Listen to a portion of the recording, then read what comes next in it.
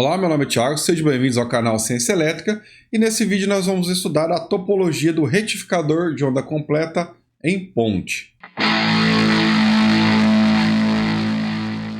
Na aula EA19 nós vimos o retificador de onda completa com derivação central que fazia o uso ali de dois diodos e também de duas fontes, sendo ali que elas estavam em contrafase ou ali com defasagem de 180 graus. Isso era necessário para obter a tensão retificada, aproveitando os dois semiciclos da rede elétrica. O objetivo dessa aula é mostrar o retificador de onda completa em ponte, que necessita apenas de uma fonte. Em contrapartida, ele vai demandar ali 4 diodos.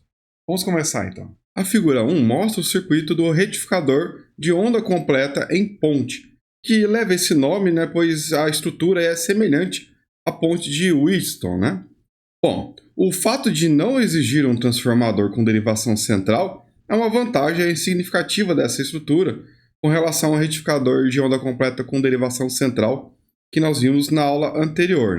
A desvantagem é a necessidade do uso de 4 diodos, mas como diodos hoje em dia têm um custo menor que transformadores e também temos disponíveis essa configuração, por exemplo, de diodos em um único encapsulamento, essa topologia ela é bastante empregada. Então vamos começar a análise desse circuito considerando que o primeiro semiciclo da rede elétrica ali é positivo. Então, considerando o sentido convencional da corrente, ela não tem como passar pelo diodo D2, correto? Pois ali o potencial do cátodo é maior do que o do anodo, então ele está reversamente polarizado. Mas o diodo D1 está diretamente polarizado. Então, a corrente passa por ele e pela carga. Agora, note que o diodo D3 ele está reversamente polarizado, então ele não vai conduzir a corrente que vem ali de D1. A corrente que sai pela carga, ela atravessou a carga ali da direita para a esquerda e vai então passar pelo diodo D4, diretamente polarizado. E saindo pelo cátodo de D4, ela vai retornar então para a fonte, fechando assim então o circuito. Ou seja, no semiciclo positivo ali da rede elétrica, nós temos os diodos D1 e D4 conduzindo, então nós teremos corrente atravessando o resistor, isso porque nós temos tensão no resistor. Enquanto D2 e D3 estão reversamente polarizados, ou seja, eles vão bloquear ali a tensão da fonte, não vai haver corrente circulando por esses diodos. Ok? Então, aplicando ali a lei de Kirchhoff para as tensões na carga, é a tensão da fonte menos a queda de tensão de dois diodos, D1 e D4. Então, no próximo semiciclo, nós vamos ter a inversão da polaridade da fonte de tensão, correto? Então, nós temos agora que D1 vai passar a ficar reversamente polarizado. Observando ali, o terminal do anodo de D1 está no negativo ali da fonte, mas o anodo de D3, que antes estava reversamente polarizado, o anodo dele está no terminal positivo da fonte. E agora, então, D3 estará diretamente polarizado, ou seja, ele vai conduzir e a corrente saindo de D3 vai por onde? Vai pela carga, E atravessando a carga agora, o caminho agora é de ir para o diodo D2, porque D2 estará diretamente polarizado, A corrente entrando no anodo de D2 e saindo no cátodo, Nós temos aí a marcação da polaridade de D2, indicando que ele está diretamente polarizado. Essa corrente, então, retorna para a fonte, Ao mesmo tempo, nós temos ali D4 reversamente polarizado, porque o cátodo dele está conectado ao positivo ali da fonte, certo? Então, em resumo, no semiciclo negativo, nós temos a corrente sendo conduzida ali por D3 e por D2, que estão diretamente polarizados. Lógico, essa corrente também está atravessando a carga. É importante notar que a corrente na carga está sempre entrando pelo mesmo sentido ali, da direita para a esquerda. Ou seja, a polaridade da tensão lá no resistor ela não está sendo trocada, ela está sempre sendo ali positivo do lado direito e negativo do lado esquerdo. Então, mesmo com a tensão estando agora negativa, vamos dizer assim, em relação à referência lá na fonte, para a carga, não teve alteração de polaridade. Por isso que eu convido então vocês a observarem ali a tensão na saída, né? Que é a tensão VO ali no gráfico, onde nós temos ali os pulsos de tensão referente a cada semiciclo, sempre no mesmo sentido ali, né? Sempre positivo, mesmo que a tensão lá na entrada seja negativa. Então, a título de comparação lá com a aula EA 18, quando nós vimos lá os retificadores de meia onda, né? E que vale também para o retificador de onda completa com derivação central, quando alimentamos lá com 12 volts, nós fizemos os cálculos lá para o ângulo de condução de um semiciclo que idealmente seria ali de 180 graus, né, de 0 a π. O ângulo de condução foi de 175,28 graus, porque era apenas a queda de tensão de um diodo que atrasava ali, vamos dizer assim, o início do aparecimento da corrente lá na carga. Agora, para esse caso, onde nós temos retificador de onda completa em ponte, os diodos responsáveis pela condução passam a conduzir após 4,73 graus, o que faz então com que o intervalo de condução seja reduzido para 170,54 graus. Agora, quanto ao pico inverso de tensão, né, observando o semiciclo positivo, aplicando ali a lei de Kirchhoff para as tensões, por exemplo, ali no diodo D2, quando ele está bloqueando, né? Nós estamos falando ali do primeiro semiciclo. Ele tem que ser capaz de bloquear a queda de tensão da fonte, menos a queda de tensão do diodo D4. Então, considerando ali o valor de pico, o pico inverso de tensão de forma geral é a tensão máxima da fonte menos a queda de tensão direta de um diodo que estará conduzindo. Agora, lembre-se lá do retificador de onda completa com derivação central, que o diodo ele deve suportar 2 vezes a tensão máxima das fontes, menos a queda de tensão de um diodo. Ou seja, lá no retificador de onda completa com derivação central, são necessários apenas 2 diodos para fazer o circuito, né, de retificação de onda completa. Entretanto, quando eles estão bloqueando, eles devem suportar uma tensão 2 vezes maior do que esses diodos aqui do retificador de onda completa em ponte. Quanto à frequência da ondulação da tensão de saída, nada muda com relação ao de derivação central, tá? Então, nós temos aqui que a frequência da ondulação de saída ela é o dobro da frequência da tensão de entrada, tá? Pois o período do sinal de saída ele é metade do período do sinal de entrada, né? Compare ali o período Tin com o TO, né? Que é o período da tensão de saída. Se o período é metade, a frequência é o dobro. Então, mais uma vez, nós temos aqui um dobrador de frequências. Agora, antes da gente ir para a bancada, vamos fazer um exemplo numérico. Exemplo 1 para o retificador de onda completa com derivação central na figura 2.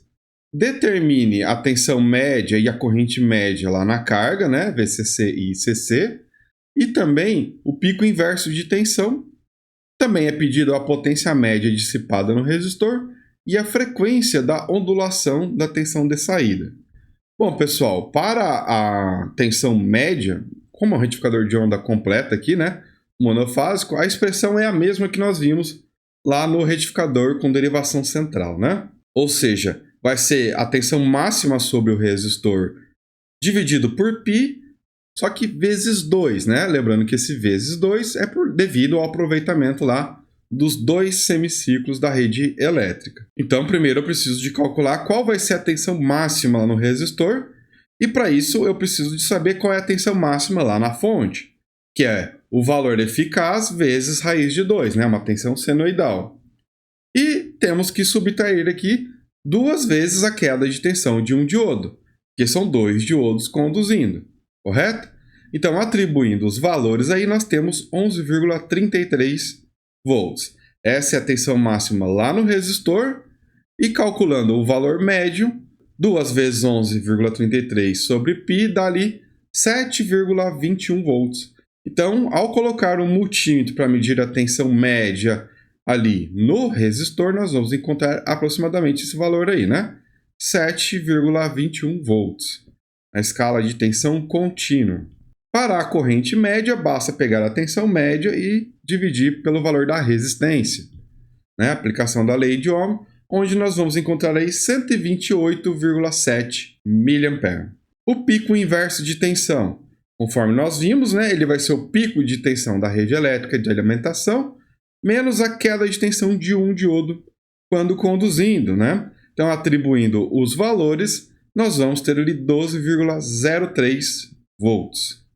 Ou seja, esse é o valor mínimo que o diodo deve suportar bloquear, né? Lembrando que, na prática, a gente sempre coloca um diodo que suporte uma tensão maior, né? Para considerar ali flutuações da rede elétrica e tal, que pode fazer com que esse nível de tensão máxima ultrapasse, né, facilmente esse valor, dependendo do caso. Fator de segurança, né, ou fator de cagaço, se preferirem. A potência média dissipada lá no resistor vai ser o produto da tensão e da corrente média, né? E nesse caso dá 928 mW. E sendo esse um dobrador de frequência, então nós temos que a frequência da ondulação da tensão de saída é 2 vezes a frequência de entrada.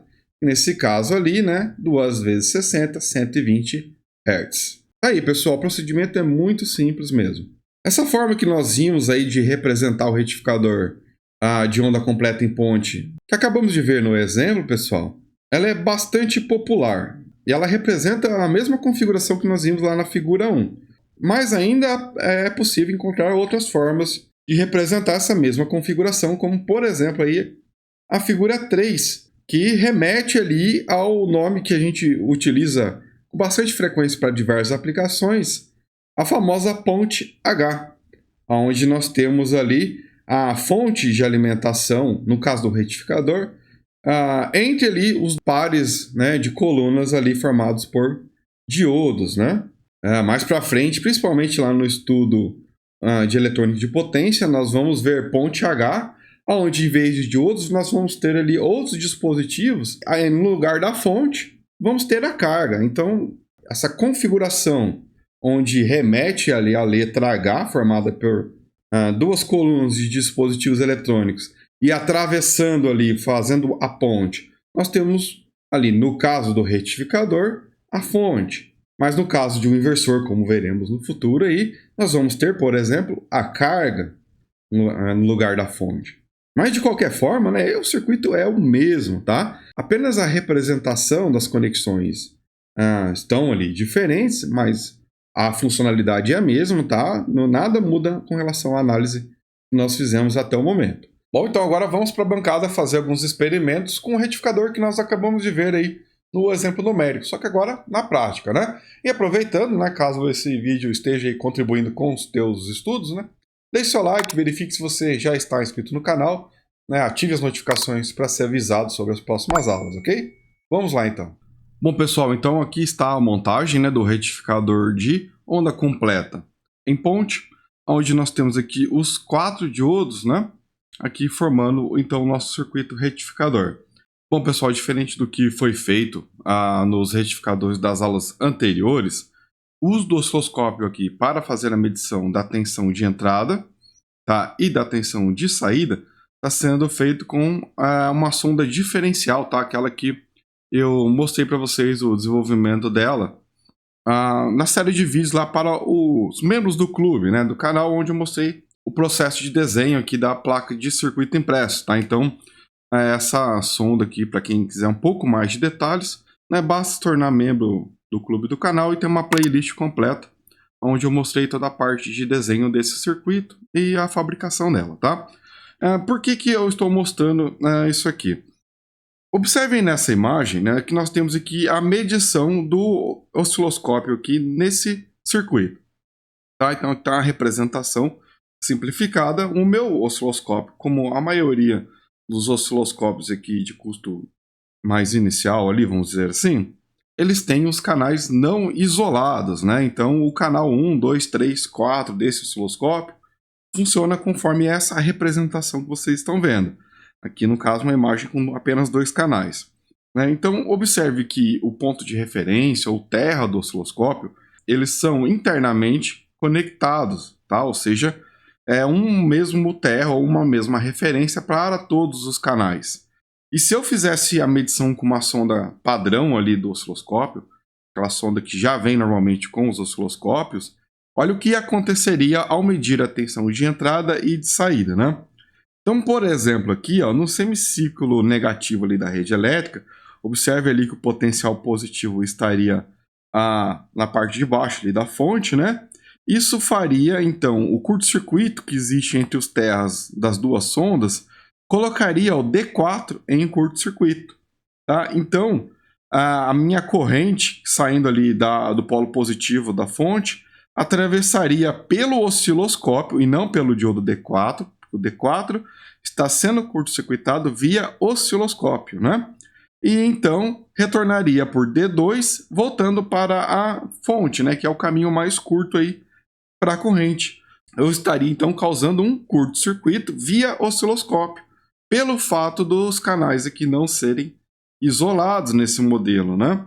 Então, ou você utiliza aí um osciloscópio que tem canais isolados ou sondas isoladas, ou como é o meu caso aqui, pessoal, uma sonda diferencial para osciloscópio, onde eu vou estar então aplicando, né, nesse vídeo, tá? Então, só para reforçar para vocês, né, caso vocês queiram um pouco mais de detalhes sobre essa sonda, então basta se tornar membro aí do clube do canal e lá você vai ter acesso à parte do desenho, né, da placa de circuito impresso que eu fiz aí para essa aplicação, esse tipo, né, de aplicação.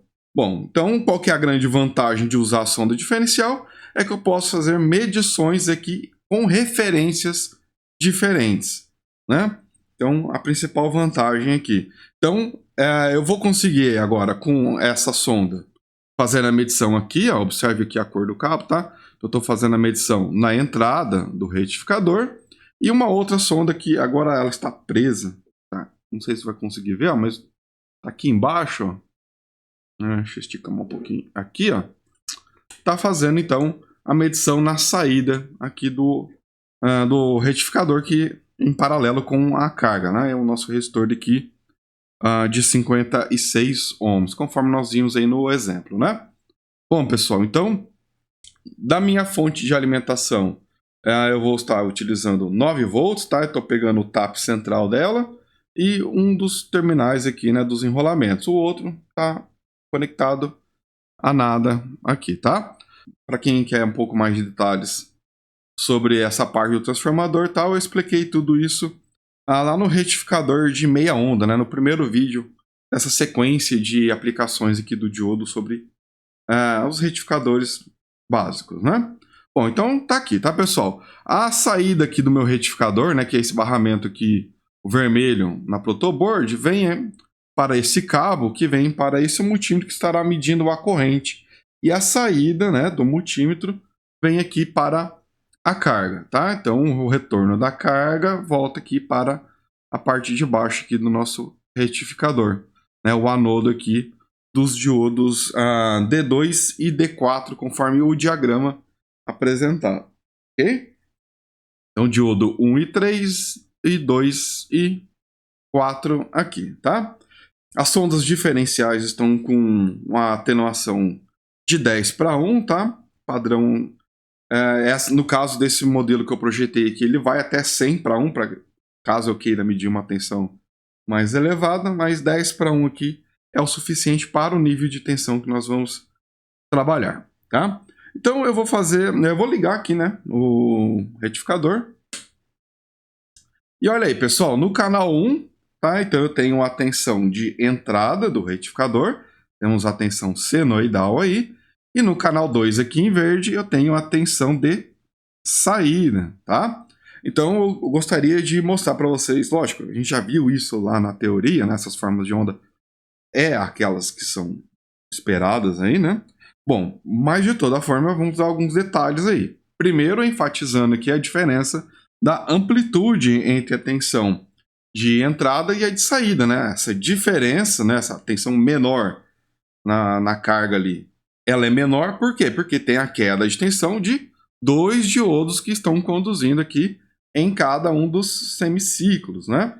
Então, no semiciclo positivo do sinal de entrada, esses diodos aqui, que no caso ali é o 1 e o 3, né?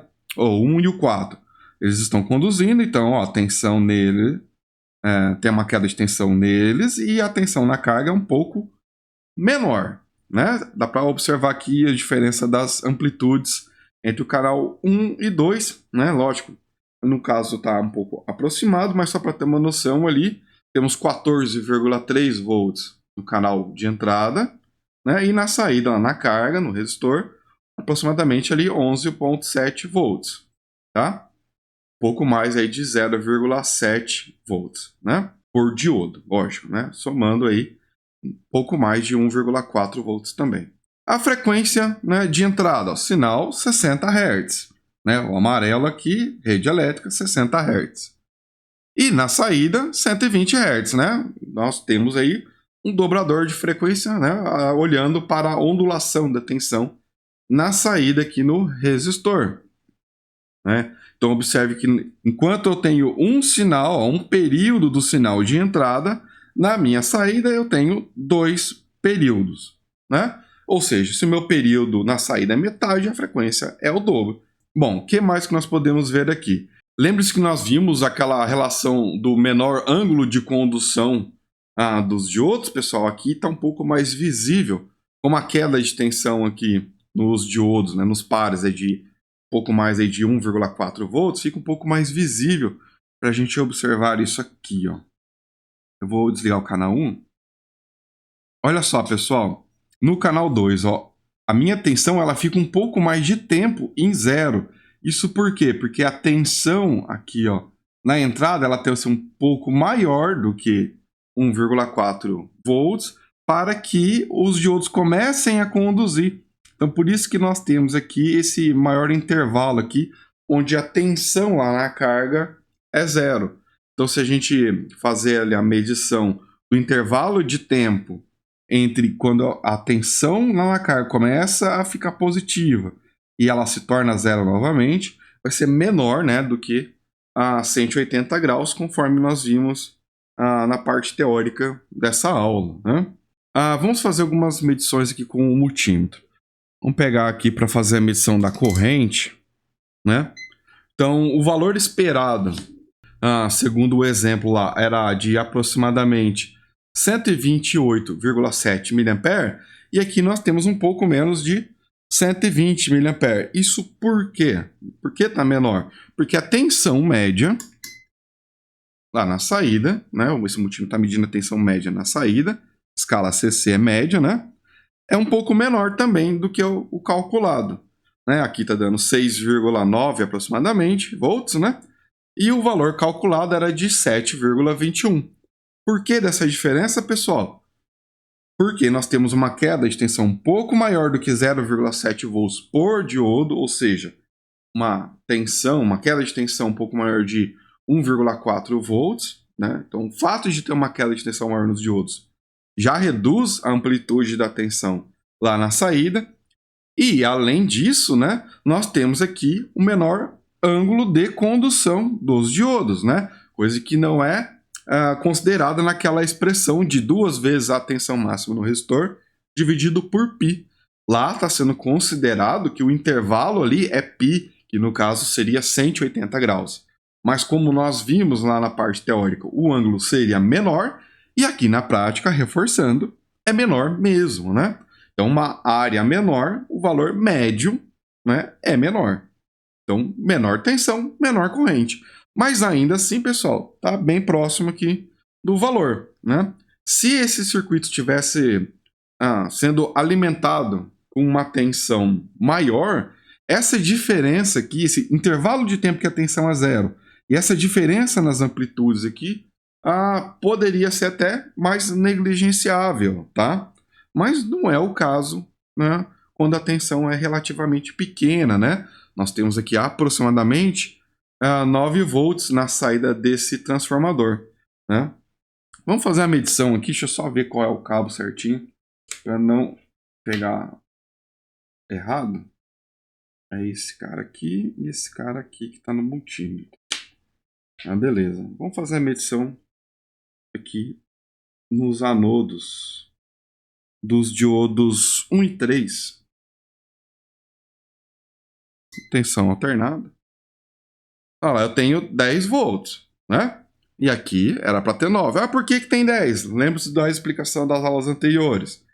Porque esse transformador é para 1 ampere e eu estou consumindo um valor menor de corrente, correto? Então, por estar trabalhando quase a vazio, vamos dizer assim, esse transformador, né? Ou com uma potência muito menor daquela que ele foi projetado, a queda de tensão ou as perdas no transformador são pequenas, né? Então acaba tendo uma tensão um pouco maior. 9 volts, esse transformador foi projetado para quando eu estiver fornecendo aproximadamente 1 ampere, que não é o caso nessa situação, tá? Então eu vou fazer o seguinte ainda, né? Agora até saindo dos valores lá do exemplo, eu vou fazer o seguinte, vou voltar a medir a tensão lá na saída, né? O valor médio aqui, tá? E eu vou tirar o tap central aqui do transformador, aqui da entrada do retificador, vou ligar num lugar sem conexão com o circuito e vou ligar o outro fio aqui do enrolamento para, ao invés aqui de aplicar 9 volts, na prática aproximadamente 10 volts, eu vou ligar aqui 20 volts de valor eficaz, né? Olha lá, pessoal, a amplitude aumentou bastante, né? Deixa eu ajustar aqui no osciloscópio. E vamos voltar para essa outra referência aqui, né? Essa é outra escala. Agora, pessoal, observe aqui que eu passou do limite aqui do multímetro, né? Do amperímetro, no caso aqui. Eu vou mudar a escala para que vocês possam ver aqui o novo nível de corrente, onde eu tenho agora 260 e poucos aqui miliampere, né? E o valor agora médio na minha saída foi para 16 volts, correto? Aí você fala, pô, mas se a tensão na entrada teve o valor dobrado, por que a tensão média, né? Porque a tensão média lá na saída mais do que dobrou, né? Lembre-se que eu não tinha nem 7 volts quase aqui de média, e agora eu tenho 16, né? Então seria aproximadamente esperado, né? 14, eu tenho 16. Isso porque agora a minha tensão de entrada sendo maior, aquele ângulo de condução passa a ser um pouco maior, tá? Então eu convido vocês a voltar ali àquela parte onde eu mostrei o cálculo do ângulo de condução dos diodos e considere agora o valor máximo dado por uma tensão eficaz na entrada de 20 volts. Né? Pega lá 20, multiplica por raiz de 2, obtém a amplitude máxima, e aí com base na amplitude máxima, né, relacionado a 1.4 volts aproximadamente da queda de tensão dos pares de diodos ali, né?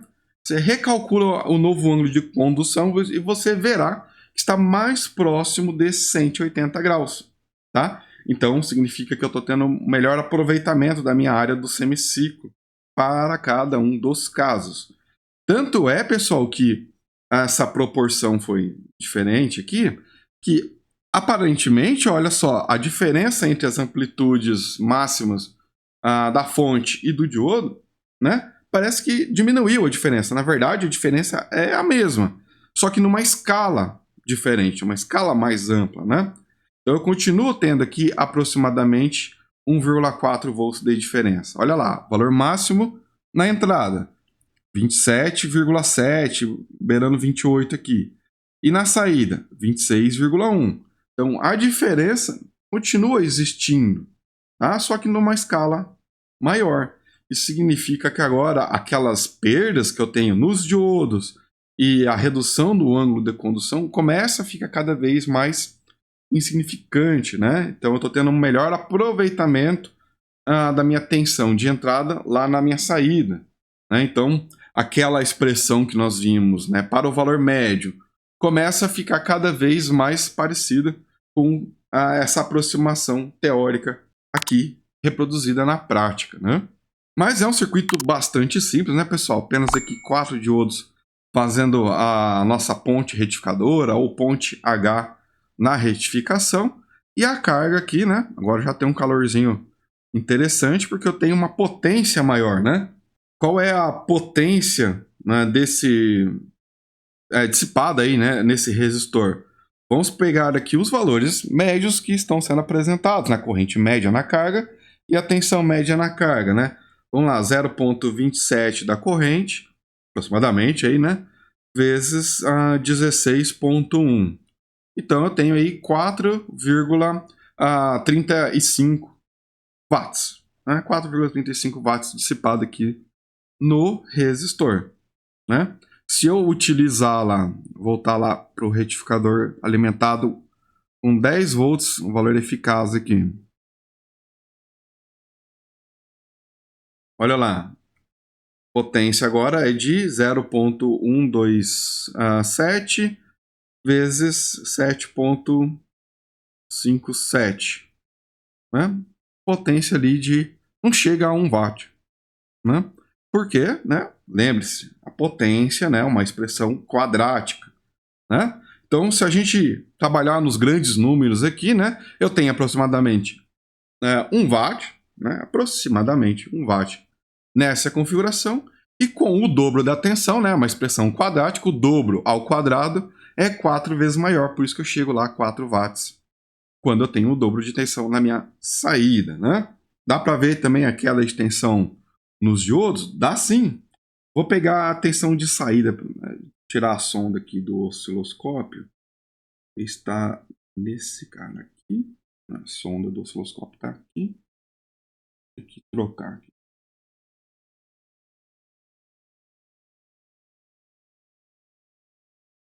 E nesse outro. Beleza. E vamos pegar, medir entre o... onde está mais fácil de pegar aqui? O anodo e o catodo. Ok.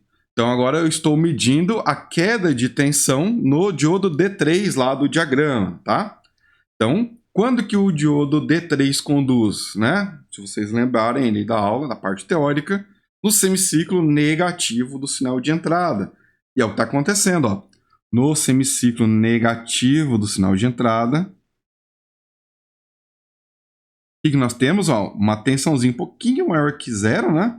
Vai ser lá aproximadamente o nosso 0,7 volts no diodo. E no semiciclo positivo aqui do sinal de entrada, D3, assim como o seu par lá D2 estarão bloqueados, eles estarão bloqueando qual nível de tensão? A tensão da fonte aqui, ó, menos a queda de tensão de um diodo. Correto? Por isso que ali o pico da tensão aqui no bloqueio não é exatamente o pico da fonte, um pouquinho menor, porque tem a queda de tensão do diodo que está conduzindo ali, né? Mas, por questão de segurança, a gente vai tomar como base essa lição o pico de tensão da fonte, né? Qual o diodo que eu tenho, qual é a tensão, né, de ruptura reversa que o meu diodo deve suportar? A partir do valor da tensão de pico da tensão da fonte, né? Mas vale reforçar também que nunca é exatamente esse valor, sempre a mais, né? A gente coloca um fator de segurança ali de pelo menos 50%, dependendo do caso ali, a mais, porque a tensão da rede elétrica ela pode flutuar, e conforme vocês viram, né? Quando eu modifico, né, a tensão de entrada, o nível aqui da tensão de entrada, o que que acontece? Acabando a bateria aqui, desligar, né? O que que vai acontecer? Vai acontecer que a minha tensão na saída também vai estar sendo modificada, correto? Então o retificador está convertendo tensão alternada em contínua, porém pulsante e sem regulação a princípio, tá? Circuitos reguladores são etapas posteriores aqui do circuito de uma fonte, e nós vamos estudar tudo isso aqui no canal, ok? Bom, então agora chegou a hora de treinar, né? Então faça o download da lista de exercícios. O link do PDF está na descrição desse vídeo. Vai lá no site, faz o download. Depois que tentar resolver, né? Eu vou subir um vídeo com a solução. O link também vai estar na descrição desse vídeo. E você pode conferir o teu desempenho sobre esse assunto, ok? Bom, então, caso esse vídeo tenha sido útil aí para os seus estudos, né? Deixe seu like, verifique a sua inscrição no canal e ative as notificações para ser avisado sobre as próximas aulas. E aproveitando, né, fica o convite para você se tornar membro do clube do canal, né, onde você vai ter acesso a conteúdos exclusivos, além de estar contribuindo aí com a manutenção do lab, ok? Fique à vontade para deixar críticas, dúvidas ou sugestões na área dos comentários. Forte abraço e até logo.